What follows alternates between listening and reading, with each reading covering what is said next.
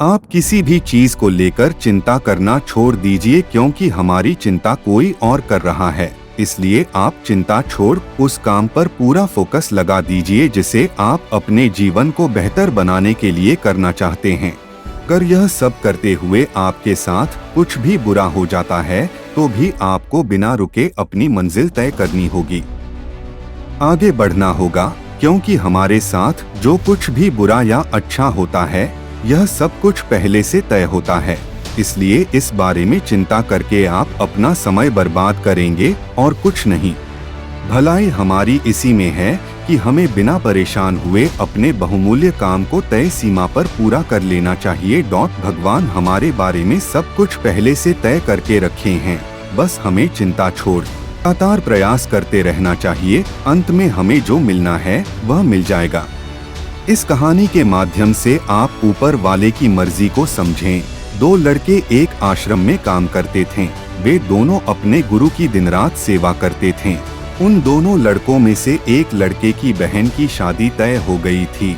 वह अपने बहन की शादी की तैयारी बहुत ही धूमधाम से करना चाहता था, पर उसके पास पैसे नहीं थे। उनकी स्थिति उनके गुरु बहुत अच्छे से जानते थे, पर वो भी उनकी मदद नहीं किए। सिवाय जब दोनों लड़के गांव जाने के लिए तैयार हुए तो गुरु ने उस लड़के को 5 अनार दिए जिसकी बहन की शादी थी। गांव जाते समय 5 अनार पाकर लड़का बहुत दुखी था। उसे तो पैसे की जरूरत थी, वह अनार क्या करेगा। उसे अपने गुरु पर बहुत गुस्सा आ रहा था। जब दोनों लड़के गांव की तरफ जा रहे थे तो रास्ते में राजा के सैनिक इस बात की घोषणा कर रहे थे कि क्या किसी के पास अनार है, राजा को इसकी बहुत जरूरत है।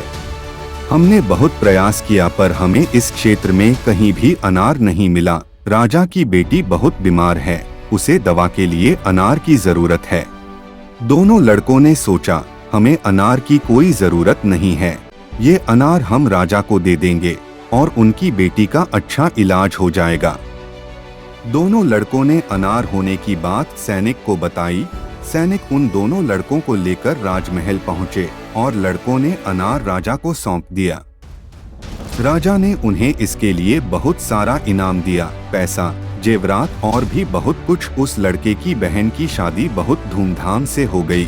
अब उस लड़के को इस बात पर बहुत अफसोस हो रहा था कि वह बिना सोचे समझे अपने गुरु को कोस रहा था और उन्हें भला बुरा कह रहा था। मुझे आशा है कि आपको यह कहानी अच्छे से समझ में आ गई होगी। हमें कभी चिंता नहीं करनी चाहिए, हमारी चिंता कोई और कर रहा है।